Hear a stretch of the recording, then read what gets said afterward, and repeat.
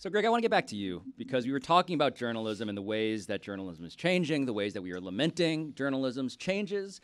And it occurs to me that as we are lamenting the New York Times and the LA Times and the Miami Herald, that the Daily Northwestern is putting on a clinic in front of the entire country about the power of journalism, as Pat Fitzgerald is fired yesterday in a way that we had foreseen on the show earlier that day, but nonetheless was a pretty stunning reversal from what the president of the university had just done, which is suspend him for 2 effectively meaningless weeks, only for the student newspaper, man. Those dastardly insufferable future sports media members actually had the goods, and the story changed massively. It's the pressure change. Were you asking, Greg? I'm very sorry, but No. Your job, Northwestern, they didn't create the story. So I want to make sure that we're very clear that Fitzgerald did this to himself and Schill did this to himself. The fact that it's Northwestern, he's the president, the fact that it's the journalism school and that we're giving them this level of credit because it's Northwestern journalism. But for a subject doing something wrong, you can be the best journalist in the world and there's nothing to do. That's true, but more power to the student newspaper. More power to great student newspapers all over the country, including the Alligator at the University of Florida. They need to ferret it out. You know, covering a news. Yes. I always thought that covering a college for a college newspaper, you got to treat that college as a city. You are a reporter covering an entire city. You're covering sports. You're covering administration. You're covering society. You're doing all of that. And so more power to them. But to me, this story at Northwestern, it's bigger than Northwestern, obviously. And to me, for decades now, I've thought, how ridiculous, why are we still hazing? You know, applying to sports, applying to teams, applying to dorms and sororities. Why are we still hazing? Doing things that are just literally dangerous, not to mention inhumane and demeaning. We just need it. Can't we just eliminate hazing? Well, it builds camaraderie when it's not something, right? Like the idea of it, obviously there's a line, and obviously this went way past the line. I had hazing when making the varsity baseball team in high school. Like, and it, you know, it's the whole group getting together at a house. And, you know, there was, like, even with me, there was some stuff there that, like, they blindfold you. They make it seem like you're walking in and doing something. Your dad is already dismayed by it's ridiculous. But it's something that I think back on as, like, a fun time because it didn't go past the line. No one was nude. There may have been jokes about what you're walking into. You're blindfolded, you know, but, like, nothing actually happened. So there's no line. So I get the idea of hazing is team building. Like, let's get all together. If you guys want to be on this team, you got to prove. Like, I get it in theory if it's not past the line. Okay. Are you saying that's an essential, necessary element of team building? Well, maybe there could be other ways to do it, but I do think camaraderie and team building is important. Okay, but why does it have to involve either? I'm not defending this. I feel like now I'm in the spot where I'm defending what happened in Northwestern. I'm just defending team building and teams getting to get initiations, by the way, harmless initiations. By making other people suffer. Well, this is, but what Chris is saying about this story, or not about this story, but about his experience, is what the people at Northwestern, the players, are claiming. That this brought us together. That this was not a problem. This is exaggerated, that this is twisted, that these student reporters have gotten it all wrong, that there is a player, a former player, who has taken as his mission the ouster of Pat Fitzgerald. It wasn't one former player. Yeah, it was 11 former players. They didn't release the full report, but they released parts of it. It was 11 guys, so that whole he just wants to take down Pat Fitzgerald argument, it's just not true. It's not accurate. And this is what, going back to what the Daily Northwestern helped uncover, is the depth of consensus that is bigger, 11 players, large actually, than what had been portrayed initially. And as a general rule, I guess, like, it's just not good when you have as many losses in a season as you have players who are now attesting to a disturbing hazing scandal. What's even more disturbing is what Pat Fitzgerald released a statement. And in his statement, he was defending the fact that 99% of my guys end up as great husbands and great fathers, and they go on to help change the world, as though he was trying to explain that the locker room mentality, the team building that I do, I cannot believe the way the world is reacting to this. This is absolute horse hockey. And by the way, I'm hiring a lawyer because I was told I'm suspended 2 weeks, and now you're telling me that I'm fired.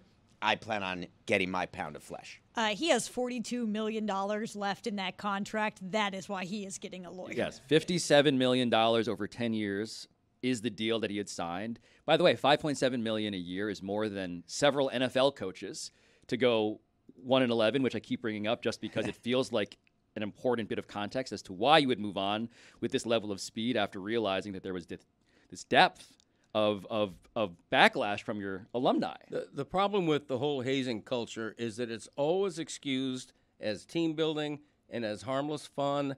And the problem with the hazing culture is that it is rooted in danger and humiliation.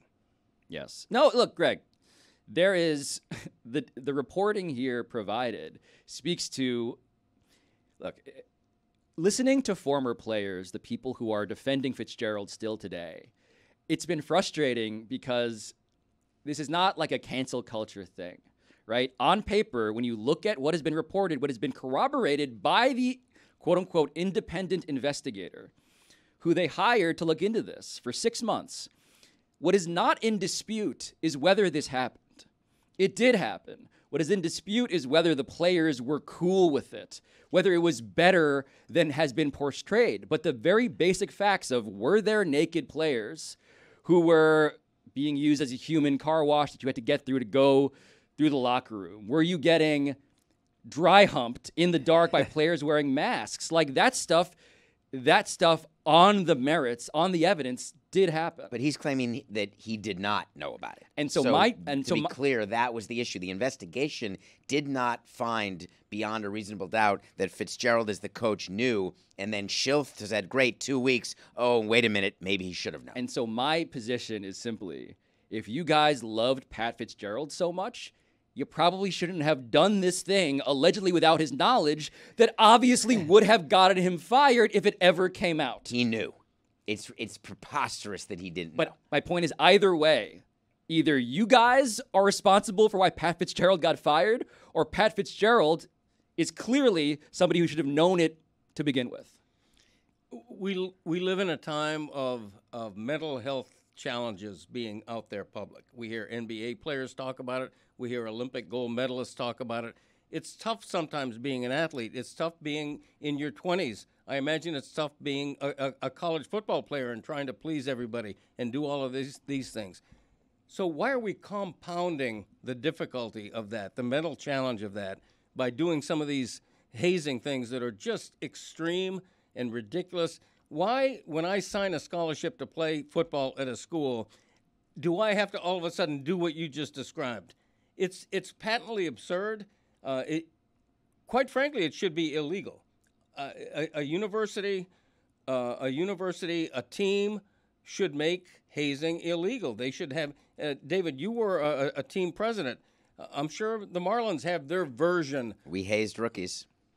What did that involve? They have to go buy they have to dress up and go get all the breakfast, right? Just making fun, making them do errands, making them dress up as, looking back, you dress up as things that maybe they shouldn't be dressing up as today. So it's changed over time. The rules of engagement have changed. Sure. In terms of what costumes you can make a rookie wear. But this story specifically. That's below the line, though, Yeah, right? I mean, this is all we're talking about. I am here. happy Let's be fundamentally decent. Yes, I am happy to debate about the line when it comes to which costumes a rookie can wear while they're buying donuts in the morning.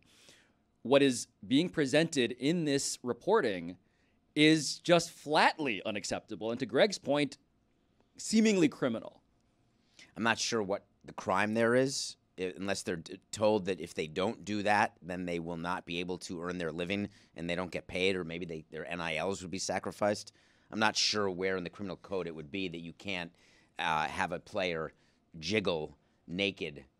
What was the expression? Were they jiggling or nilling or willing? They were doing more than that, though, right? It was the idea of, hey, these naked players around you, in order for you to be on this team, are going to do all of this stuff that feels like, again, not a lawyer, David, but it has the appearance of sexual misconduct. Yes, and I'm completely, just to be clear where I stand on this. However, I would mention that in clubhouses, in sports, nudity has a different view than it does at a fraternity or in an office. If we were hazing people and saying get naked, that is different if we were in a clubhouse as athletes. So they're naked all day. So this is. There's a difference between we all shower together sometimes and get naked right now and hike me the ball. And this is where I agree there is a difference. But this is how all this stuff is born, right? All like naked. we talked yesterday about like locker room talk and what that protects as a conceptual shield. Here is a version of locker room culture being taken, metastasizing into a truly like poisonous direction in which players have attested to having mental health problems because they went through this stuff. A player talked to the Daily Northwestern yesterday, and he works in the mental health field, and he was like, I have been in therapy over what happened to me at Northwestern for 10 years, and that is coming from a mental health professional. Yeah, I'm glad you said that, because it's the point I'd made earlier, and you know it's just something that just feels wrong from the start of it, and it's always excused as team building, as fun, harmless fun, but too often it isn't. I wish I could quantify it, but I guarantee you somebody does. Deaths related to hazing.